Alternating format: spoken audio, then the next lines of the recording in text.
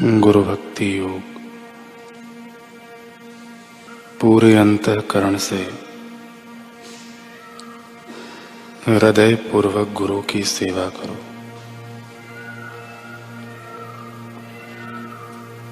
किसी भी प्रकार की अपेक्षा से रहित होकर अपने गुरु के प्रति प्रेम रखो।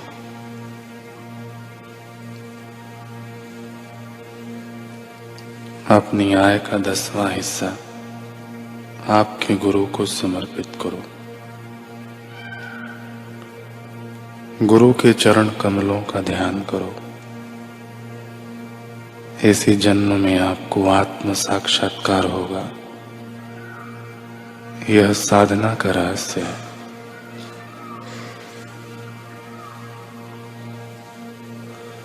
जिनको आत्मा विषयक ज्ञान है, शास्त्रों में जो पारंगत हैं, जो तमाम उत्कृष्ट गुणों से युक्त हैं, वे सद्गुरु हैं। जिसको आत्म साक्षात्कारी गुरु मिलते हैं, वह सचमुच 3 गुना भाग्यशाली होता है।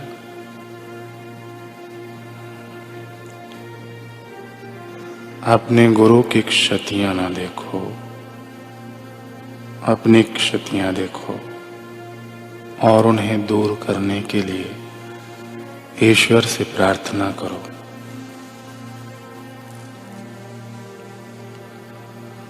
गुरु की कसौटी करना मुश्किल है।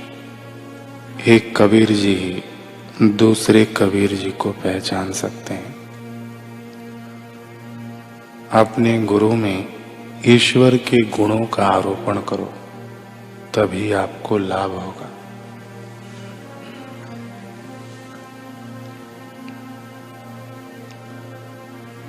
गुरु के पास जाने के लिए आप योग्य अधिकारी होने चाहिए। आप में वैराग्य की भावना, विवेक, गांभीर्य, आत्म संयम एवं सदाचार जैसे गुण होने चाहिए।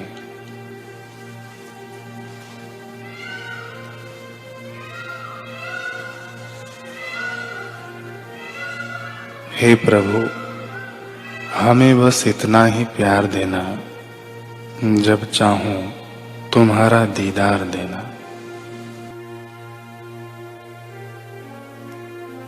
हमको देना सिर्फ भक्ति तुम्हारी, मांगने पर भी नहीं संसार देना।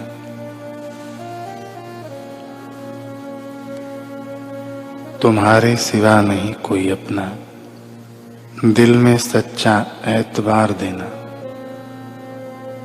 लगती हो कड़वी भले ही हमें, प्रभु तेरी मीठी फटकार देना। देना ऊपर ऊपर से फटकार, अंदर से सच्चा प्यार देना। सदा अपने दिल में रखना हमें, नहीं दिल से कभी धिक्कार देना।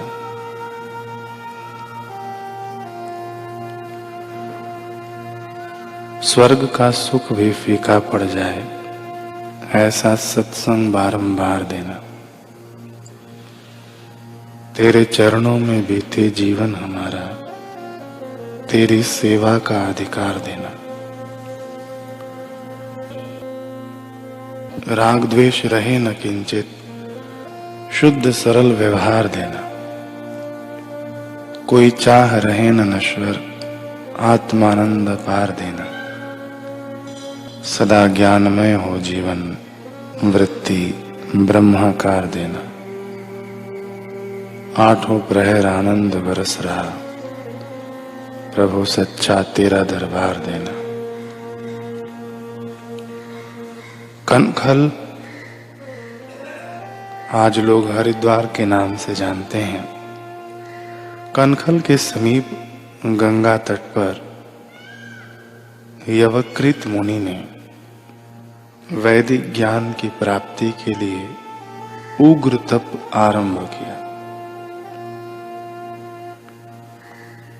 उनके कठोर तप को देखकर देवराज इंद्र उनके पास आए और तप का कारण पूछा कि तप क्यों कर रहे हो, क्या चाहिए।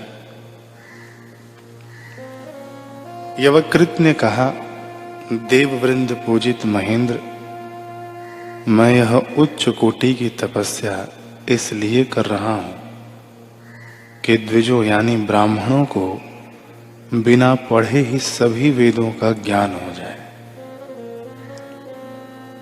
गुरु के मुख से वेदों का ज्ञान शीघ्र नहीं पाया जा सकता। अतः मैं इस तप के प्रभाव से शीघ्र ही संपूर्ण वेदों का ज्ञान प्राप्त करना चाहता हूं, गुरु से नहीं, सीधे ही।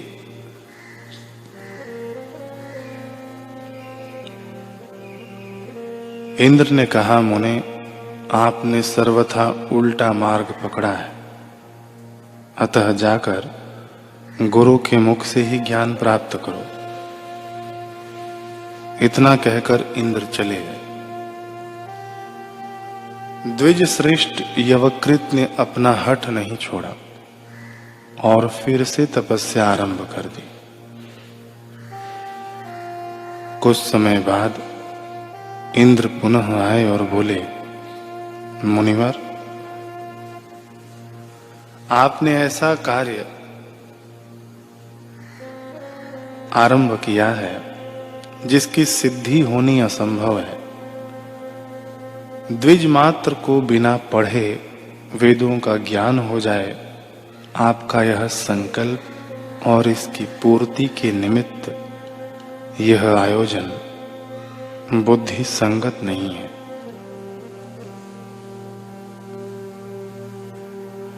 इस तरह यवकृत को समझाकर देवराज इंद्र तो फिर चले गए, लेकिन यवकृत मुनि अपनी जिद पर अड़े रहे।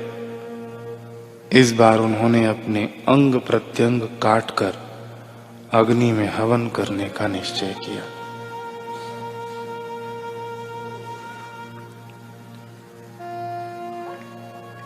उनका यह निश्चय जानकर इंद्र एक वृद्ध एवं यक्ष्मा रोगी ब्राह्मण का रूप धारण कर आए और गंगा में जिस स्थान पर यवकृत मुनि स्नान करते थे वहां बालू डालने लगे। एक वृद्ध और दुर्बल ब्राह्मण को अंजलि में बालू लेकर गंगा में डालते देख यवकृत मुनि ने पूछा कि विप्रवर, आप यह क्या कर रहे हैं?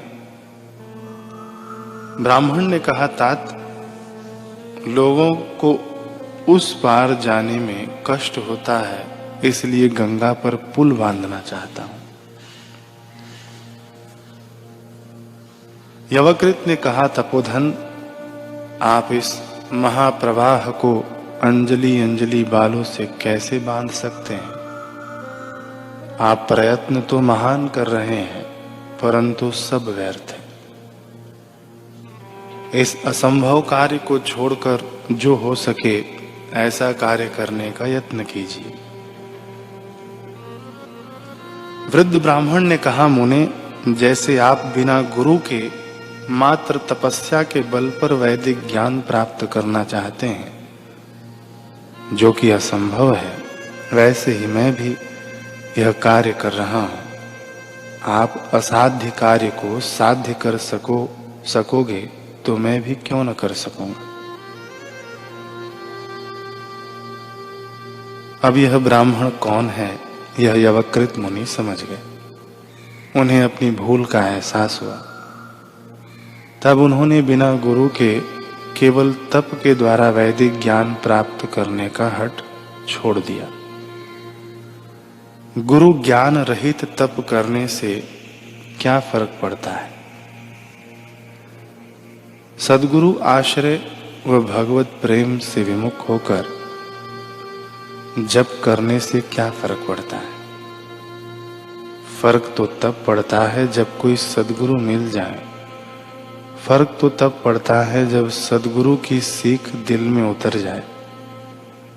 जन्म मरण के चक्र में डालने वाले जो कर्म है उन कर्मों का निवारण करने वाले कोई सद्गुरु मिल जाए, सत्य की झलकें देने वाले, सत्य के गीत सुनाने वाले सद्गुरु मिल जाए, जिनके सानिध्य से तुम्हारे जीवन में ज्ञान और वैराग्य निखर आए, जिनके उपदेश से तुम्हारी बुद्धि की मलिनता दूर होकर विवेक वैराग्य जग जाए। संसार का कार्य भी मार्गदर्शक के बिना नहीं होता, फिर वैदिक ज्ञान, ब्रह्म ज्ञान पाना गुरु के बिना कैसे संभव है। सहजो कारज संसार को गुरु बिन होत नाही, हरि तो गुरु बिन क्या मिले समझ ले मन माही। फिर यह तो अनजाना देश है और अनदेखा पिया है, यहाँ मन बुद्धि अहम अपना कोई न कोई षड्यंत्र करके साधक को उलझा देते हैं। अविद्या के कारण जीव मन के गुणों को अपना गुण मानता है, चित्त के गुण दोषों को अपना गुण दोष मानता है और अहम को सजाता है। फिर मन के अनुकूल होता है तो सुख होता है, मन के प्रतिकूल होता है तो दुख होता है। इन्हीं से भिड़ते भिड़ते जीव बेचारा अपना जीवन खत्म कर देता है। परंतु शास्त्र कहते हैं कि तस्मात् गुरु अभिमुखात् गच्छेत्, इसलिए गुरु के अभिमुख जाओ, अन्यथा ये माया एवं अहम तुम्हें कहीं न कहीं भटका देंगे। और गुरु भी कैसे हों कि श्रोत्रिय ब्रह्मनिष्ठ, जिन्हें शास्त्रों का ज्ञान हो, अविद्या का भान हो, अविद्या को भगाने का एवं राग द्वेष को मिटाने का जिन्हें अनुभव हो, जो परमात्मा में प्रतिष्ठित हों, ऐसे गुरु की खोज करो। और जो ऐसे गुरुओं की शरण में आ जाते हैं, उनका जीवन महक उठता है।